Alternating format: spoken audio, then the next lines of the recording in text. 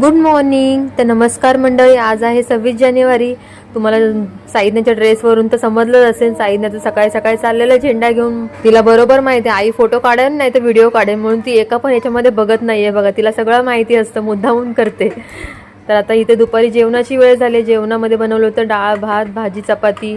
चपाती सकाळीच करून घेतली होती. वाटाण्याचा सीझन चालू आहे, तो पण सगळ्या भाजीमध्ये वाटाणा घालून मस्त एन्जॉय करायचं. आता इथे मी बनवलं तर कोबी वाटाणा. तर हिला आता झोप आले, तर फटाफट भरवून घेते हिला जेवण. तिला पण जेवण भरवलं, मी पण जेवण करून घेतलं. तर थोडा वेळ असंच आराम वगैरे करून नंतर मग संध्याकाळी गेलो होतो गार्डनमध्ये. थोडं तिला पण तयार केलं. ती तर सकाळपासूनच रेडी होती मस्त फ्रॉक वगैरे घालून. मी थोडीशी तयार झाली. या कामाच्या वगैरे गडबडीमध्ये रोज काही ना काही चालू होतं, त्याच्यामुळे तिला नेताच नाही आलं. मग आज आणली होती गार्डनमध्ये. तर बघा, तिला गार्डनमध्ये नाही खेळायचे, लगेच बाहेर आली आणि बोलते आजीकडे चल. तर मग जाता जाता समोर गार्डनच्या समोरच पाणीपुरी मस्त भेटते, मग तिथूनच पाणीपुरी घेते. आता आजीकडे गेल्यावर पण आमचं झेंडावंदनच चालू होतं. बघा मस्त त्या बाजूच्या मुलीची ओढणी वगैरे घातली आणि मस्त साडी घालून झेंडावंदन चालू होतं.